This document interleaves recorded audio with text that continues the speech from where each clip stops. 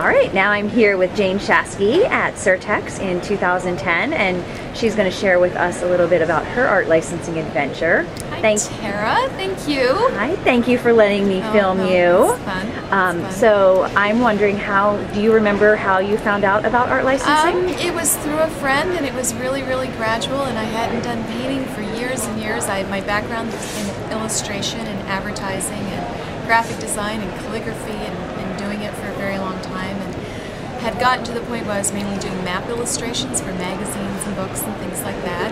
And this friend asked me, would you like to just do this little painting? And it started out with like flowers in a teacup.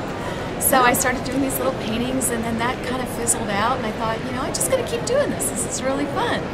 So I kept on doing it, and I ended up with like 13 paintings, and I made this cute little book and tied it with a pretty little ribbon and started sending it off. I bought the Graphic Artist Guild handbook. Yeah.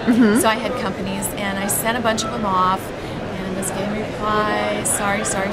I got some back, and I thought maybe I should send one more out. So I did, and I sent it to AmCal in California that used to do the calendars. They've now been bought out by Mead Westvaco.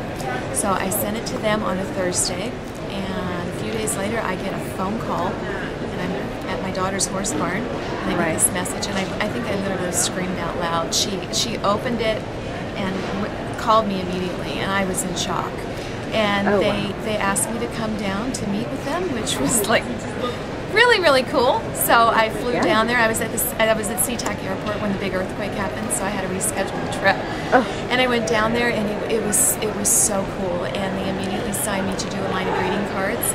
So I did 21 greeting cards, and then 9/11 happened, and the whole greeting card program got canceled. Oh no! So from there, I signed with an agent, and from there, I got a couple more contracts. Another big one that got canceled. You know, but I just kept plugging along, and I walked the show here in '04, and then this is my 6th year now. So wow! So you are absolutely a power of persistence and believing in yourself story. You never give up. You never give up. And I've had some really bad years. I've had some years where it basically barely worked, and all the illustration, the map illustration, just fizzled out, and this started to build, and every year it's just gotten better and better. And rumor has it you've had something really exciting recently. Do you want to tell us about that? Yes, last year at the show here, the very last day, Tuesday afternoon, I met with the gals from Lang.